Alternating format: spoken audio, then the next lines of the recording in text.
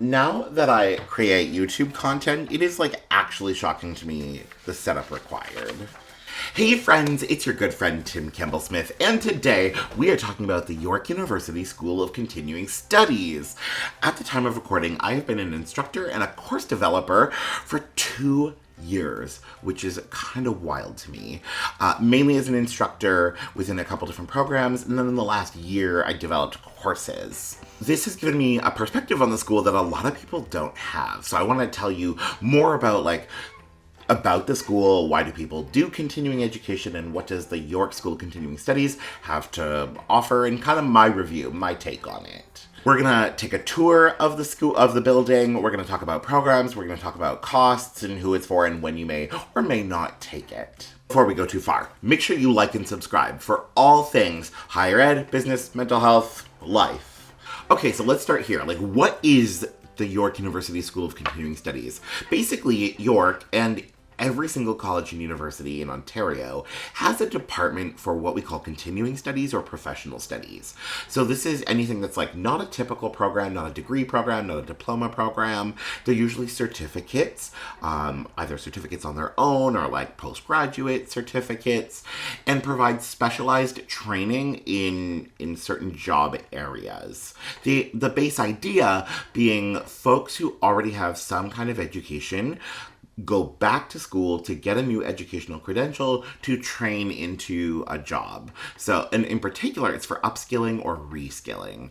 So I think of when I teach, especially in the online content marketing program, most of these folks already work in marketing and know something about marketing, but they don't know content marketing. They've never done content marketing. So it's 3 courses to introduce them to the broad area of content marketing and get them to practice it, so they're more ready to go practice. Or it can be for folks who want to change careers entirely. So I know the Human Resources program is designed for anybody with a business degree, but who wants to maybe change into HR or wants to complete courses to get the designation recognized in Ontario for HR. At York, courses are a mix of online and in person, and most programs actually have a choice if you want to do it online or in person. The online courses tend to run a little more frequently than the in-person ones, but please note, not every program has something in person. You'd have to check that program by program.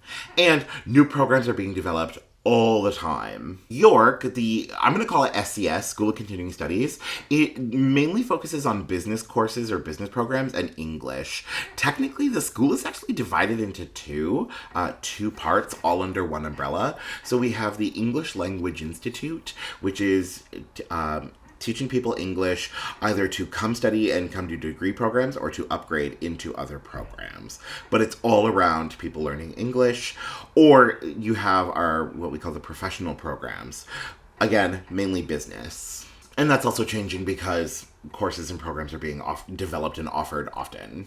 Where is it? Basically, it is, and it's funny because I had to look on a map at this. It is actually in the southeast corner of the Keeley campus in Toronto. Technically, Vaughan, North York? I should know this. I teach on campus 2 days a week.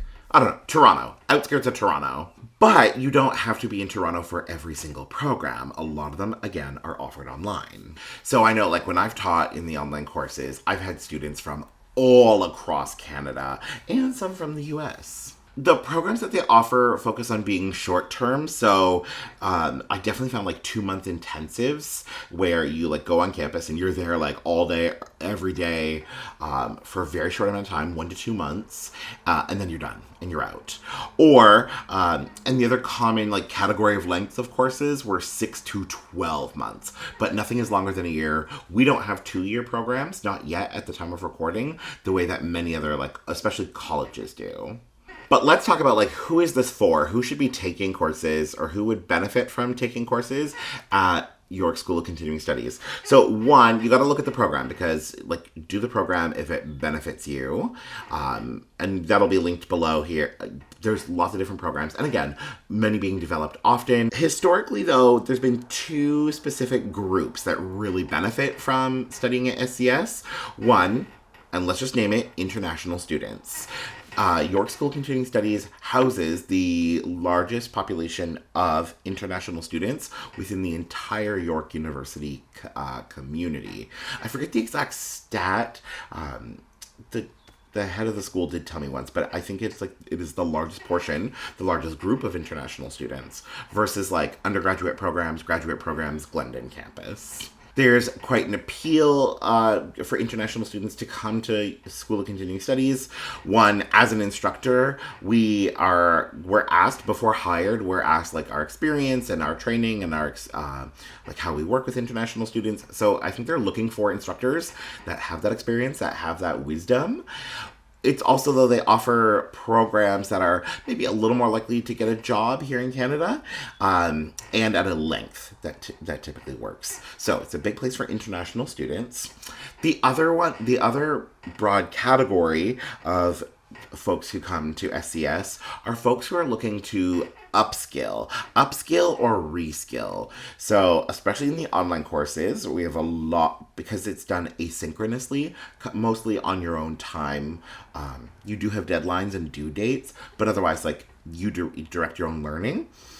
In the online courses, I know this has been my experience, and when I talk to instructors who teach in other programs online, it's folks who are working in their field, they're not changing their field, they're getting new skills in their field. And in particular, they're upskilling for promotions, or the ability to do other things, to make more, or to reskill into a new field. So like, between both my in-person and my online asynchronous classes that I teach, I have lots of journalists and writing majors and people who have done like writing and copywriting or communications, but want to go more into the marketing side. So that's an appeal of our programs. For all of the programs, most do require like a degree or some kind of formal training before you come in to the program. I do believe there's a way around this, though. If you have enough work experience, that can cover for a degree, so you don't always have to have a degree.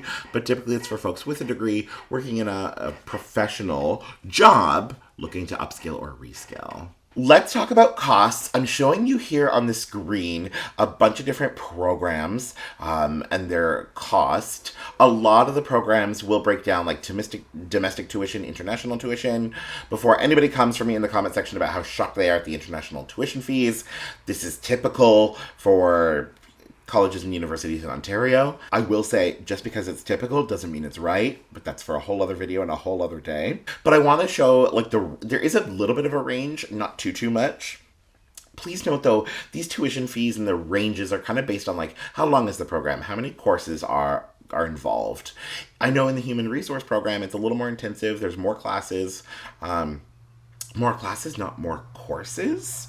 So that's why, for example, like, it's a little bit more. And not every program has international tuition label, like, registered on it, mainly because they only accept domestic students into the program. Okay, so as exciting as that is, let's go tour the building as well. If I want you to get to know York School of Continuing Studies, I want you to see the building. Also, the building is really cool because every time I walk in, I'm like, do I teach here? It looks pretty cool. So we're going to go for a tour. I'm going to show you kind of the basic layout. I'm going to show you a couple classrooms. You're going to see some cool features, and we'll come back and go from there. Okay, friends, so I'm just outside you can tell, big twisted building, the York University School of Continuing Studies. I'm going to take you for a tour. Our tour is going to be a little unusual. We're going to walk through in a way that most people wouldn't, but just so that you can see a continuous flow of what the entire building looks like. So we're going to walk in, we're going to go through the entire main level, we're going to go down to the basement. There's a couple classrooms there, but there's also like a large sitting area that people use as like a cafeteria in between classes. We're then going to take the elevator up to the second floor. We're going to tour, and once you see the second floor, third floor, and fourth floor are all going to look alike. But we're going to walk through those floors. We'll try and bust into some classrooms. I don't know how successful we'll be, and then we'll hop back into the video. So let's go for our tour.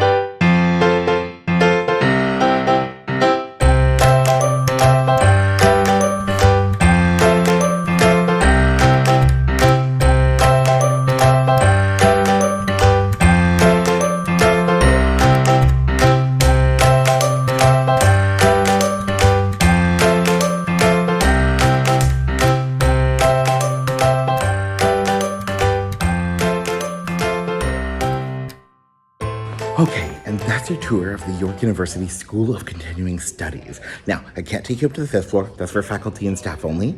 But I hope you did see that floors 2, 3, and 4 all look the same. Like, they all have the exact same structure, especially with like big anchor classrooms on either side, smaller classrooms on the inside, and always a bathroom on the side that faces the parking garage. So let's hop back into our video and keep talking about York University School of Continuing Studies. So we do have a space on campus. At a lot of other schools, they don't have a dedicated space for their continuing or professional studies. So I think on one hand, it's kind of cool that we have a dedicated space. On the other hand, if you look at like a map of the entire campus, we are kind of like tucked away from many other schools and departments. You do have to walk down the street to like get to Schulich or to get to like other buildings.